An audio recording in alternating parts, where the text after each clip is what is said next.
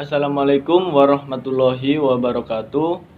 Saya Dimastri Satyabudi, NIM 31190047 dan teman saya Rafli Ramadan, NIM 311904. Kami dari kelompok 3 Prodi Administrasi Bisnis ingin mempresentasikan materi kalimat efektif dari MK Bahasa Indonesia dengan dosen pengampu Bu Eka Nurjanah, MPD.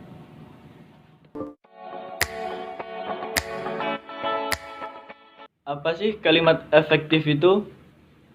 Kalimat efektif adalah kalimat yang dapat memberikan kemudahan atau kejelasan pesan kepada pembaca atau pendengar. Kalimat yang demikian disebut kalimat efektif. Dengan kata lain, kalimat dikatakan efektif apabila kalimat tersebut mampu secara tepat mewakili gagasan atau perasaan dan sanggup memberikan gambaran yang sama tepatnya kepada pembaca atau pendengar.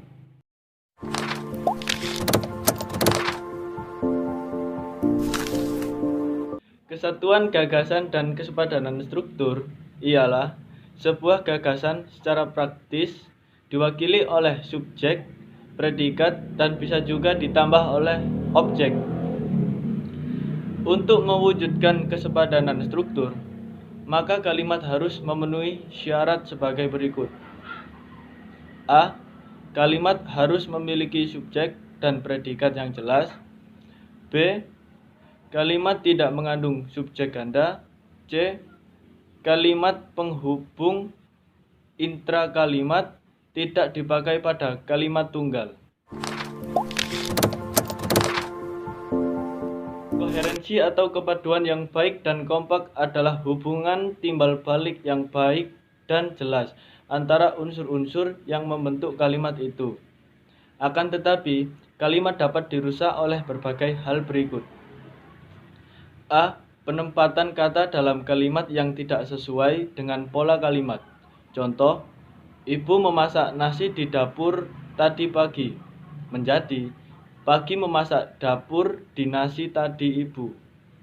B.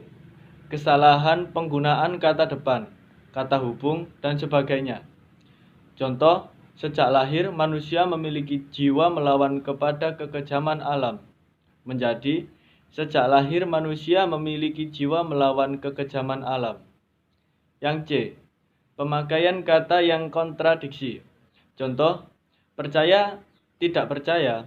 Data yang dikumpulkan menunjukkan bahwa minat siswa terhadap pembelajaran membaca adalah rendah. Menjadi, data yang dikumpulkan menunjukkan bahwa minat siswa terhadap membaca adalah rendah. Yang D. Kesalahan menempatkan keterangan aspek sudah, telah, akan, belum pada kata kerja tanggap. Contoh, data itu saya sudah kerjakan sampai selesai menjadi data itu sudah saya kerjakan sampai selesai.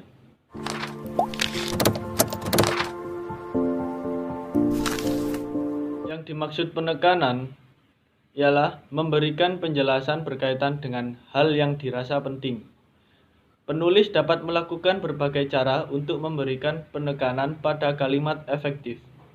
Cara tersebut dapat dilakukan dengan cara A. Mengubah posisi kalimat. Contoh, mahasiswa menjawab pertanyaan dosen menguji menjadi pertanyaan dosen penguji dijawab mahasiswa.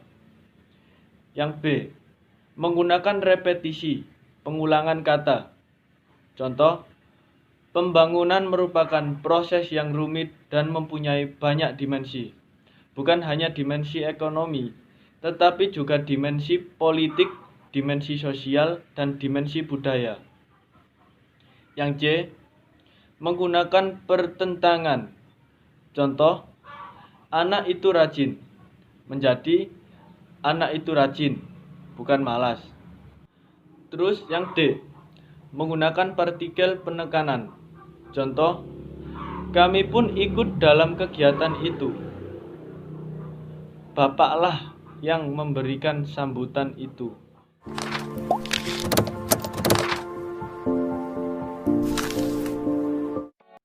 Kalimat efektif juga harus mengandung kesejajaran atau disebut paralelisme antara gagasan yang diungkapkan dan bentuk bahasa sebagai sarana pengungkapannya. Jenis pembentukan paralelisme sebagai berikut. A. Kesejajaran bentuk. Contoh, buku itu telah lama dicari, tetapi Dodi belum menemukannya. Dodi telah lama mencari buku itu, tetapi belum menemukannya. Itulah kesejajaran bentuk. B. Kesejajaran makna. Contoh, masyarakat mengecam keras atas terjadinya pembunuhan 21 warga Palestina yang tewas dan 200 lainnya yang luka-luka. Masyarakat mengecam keras atas terjadinya peristiwa yang mengakibatkan 21 warga Palestina tewas dan 200 lainnya luka-luka. C. Kesejajaran bentuk dan maknanya. Contoh, penanaman pohon akasia sebagai upaya penghijauan telah dilaksanakan warga sebagai tindak lanjut Perda tentang penghijauan.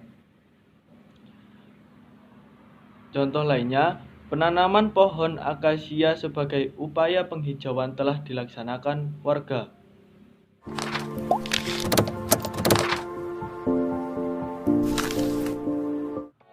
Kehematan dalam kalimat efektif merupakan kehematan dalam pemakaian kata, frase, atau bentuk lainnya yang dianggap tidak diperlukan. Untuk mewujudkan kehematan dalam menyusun kalimat efektif, ada beberapa kriteria, yaitu A. Penghematan dapat dilakukan dengan cara menghilangkan pengulangan subjek. B. Penghematan dapat dilakukan dengan cara menghindarkan pemakaian superordinat pada hiponimi kata. C. Penghematan dapat dilakukan dengan cara menghindarkan kesinoniman dalam satu kalimat. D. Penghematan dapat dilakukan dengan cara tidak menjamakkan kata-kata yang berbentuk jamak.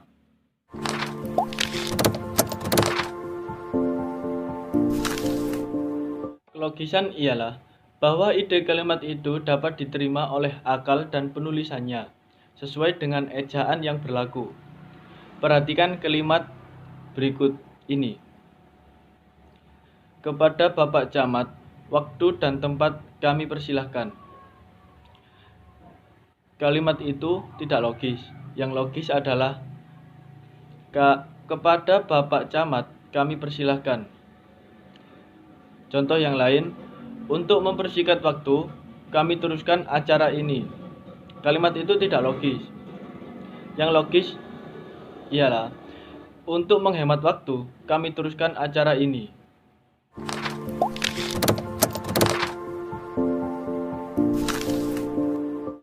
Dan yang terakhir adalah kevariasian.